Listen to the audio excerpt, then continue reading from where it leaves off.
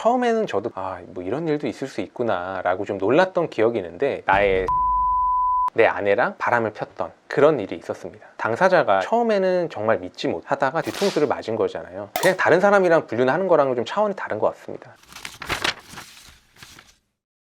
안녕하세요. 대한변호사협회 이혼 전문 변호사로 활동하고 있고, 이혼 법률 베스트셀러 작가이기도 한 조성구 변호사입니다.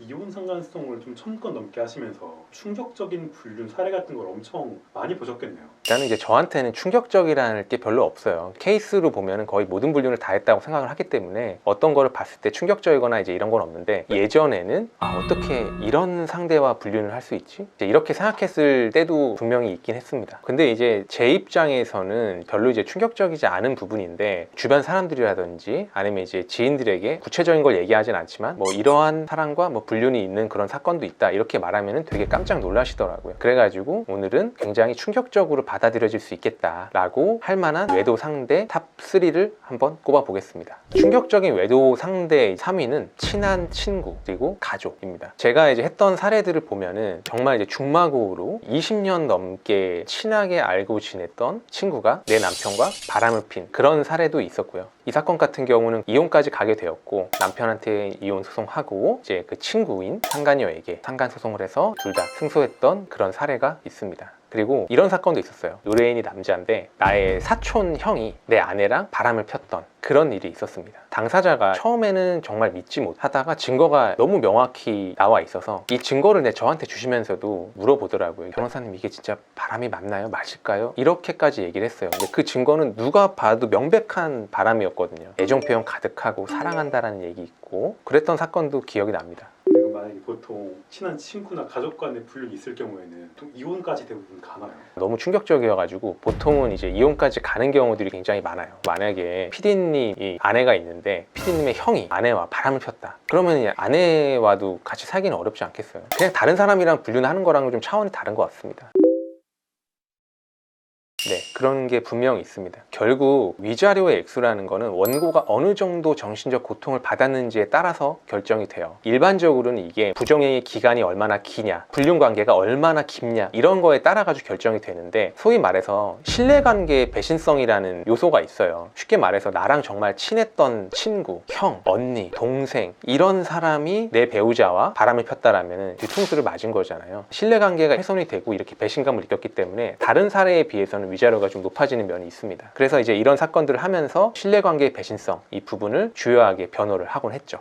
충격적인 외도 상대 두 번째, 동성 간의 불륜입니다. 처음에는 저도 뭐 이런 일도 있을 수 있구나 라고 좀 놀랐던 기억이 있는데, 지금은 꽤 많이 본 사안들이어가지고 요새는 봐도 이렇게 놀랍지는 않아요. 동성 간의 불륜의 특징이 뭐냐면은 이게 불륜인지 아닌지 알기가 좀 어렵다라는 점이에요. 예를 들어가지고 유부남과 여자가 같은 호텔에 가서 둘이 묵었어요. 이거는 솔직히 누가 봐도 불륜이잖아요. 근데 유부남이 남자와 호텔에 들어갔어요. 그 CCTV 영상이나 사진 찍어 갖고 법원에다가 내주면은 이 사람이 동성애를 하고 있다라는 게 증명이 되지 않는다라면은 불륜으로 인정받기 어렵잖아요. 그리고 법원 가기 전에 애초에 아내 입장에서 의심 못할 수도 있어요. 제가 예전에 했던 사건도 있는데, 여자분들 사이에서 이제 불륜이었어요. 유부녀가 여자친구를 만난 사건이었는데, 이 사건 같은 경우에도 유부녀와 여자분이 호텔에 가고 이제 이런 일들이 이제 몇 번 있었는데, 남편은 처음에 이제 그 부분을 의심조차도 이제 못했던 거예요. 이분들도 굉장히 오래된 친구 사이였었고 같이 호캉스 같은 것도 하니까 이렇게 생각을 했단 말이죠. 근데 이제 나중에 둘이 나눈 전화 통화 녹음이 있었는데, 내용을 들어보니까 사랑한다라는 내용이 있고 보고 싶다, 뭐 심지어 내가 좋냐, 네 남편이 좋냐, 막 이제 이런 얘기도 하고, 남편이 정말 깜짝 놀래서 소송을 하게 되고 이제 이런 사건도 있었죠.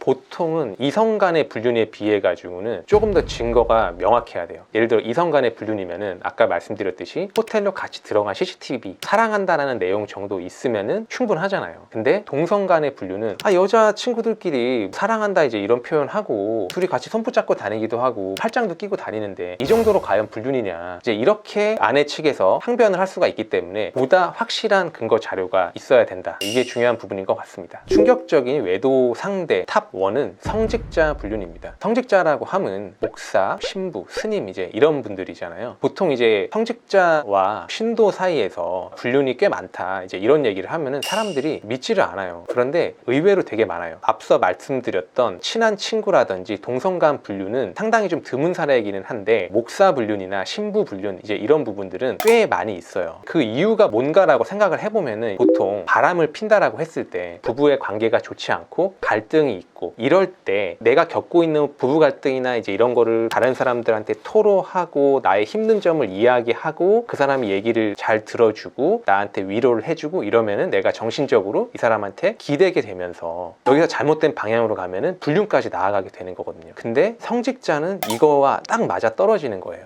신부님한테 가가지고 나 굉장히 힘들고 뭐 우리 남편과의 관계가 굉장히 좋지 않고 어떻게 해야 됩니까? 이렇게 하면 신부님이 이제 이거를 잘 들어주고 뭐 이렇게 하다가 정상적인 신도였다면 그러지 않겠지만 이게 좀 비정상 쪽으로 가게 된다라면 이분들이 서로 눈이 맞게 될 수 있다라는 거죠. 실제로 제가 성직자 불륜에 대해서 했던 이혼 소송이나 상간 소송은 꽤 많이 있습니다. 그런 경우도 있죠. 변호사와 의뢰인 사이에서도 불륜도 있어요. 그리고 마찬가지로 의사와 환자 사이에서, 심리 상담사와 내담자 사이에서 이렇게 불륜이 일어나는 경우들도 종종 목격을 하곤 합니다. 근데 그 이유가 뭐냐면은 이것도 결국 똑같아요. 내가 이제 몸이 아프고 아니면 정신적으로 힘들거나 이제 이럴 때, 그리고 내가 법적으로 어려운 일을 겪고 있을 때 내 얘기 잘 들어주고 위로해주고 격려해주고 이런 사람들이 이제 의사나 변호사이기 때문에 그렇게 해서 불륜까지 이어지는 경우들도 종종 있기는 합니다. 조금 더 높게 나오는 면은 있어요. 왜 그러냐면은 성직자라든지 의사라든지 변호사라든지 이제 이런 분들은 사회적으로 이제 높은 도덕성이 요구가 되는 직업인데 그런 사회적인 기대를 저버리고 불륜이라는 사회적으로 지탄받는 행동을 한 거잖아요. 그래서 이 부분 때문에 위자료를 조금 가중하는 이제 그런 재판부들도 상당히 있고요. 실제로 저도 이런 분들을 상대로 소송을 할 때 도덕성과 사회적 책임감 같은 부분을 위반했다 이런 부분을 얘기를 해서 상대적으로 높은 액수의 위자료가 나오고 이런 사례들도 종종 있었습니다. 지금까지 가장 충격적인 외도 상대 탑3를 꼽아봤습니다. 사실 제 입장에서는 그렇게 충격받을 만한 외도 상대라고 보기는 어려워요. 그런 사례들은 종종 있거든요. 근데 사실 불륜의 피해자, 당하는 입장에서 봤을 때는 그 외도 상대가 누구이든 간에 정말 충격적일 수밖에 없거든요. 이런 사실을 명심을 하셔서 불륜은 절대 저지르면 안 되겠다 생각을 하시기를 바랍니다. 지금까지 이혼 전문 조성구 변호사였습니다. 감사합니다.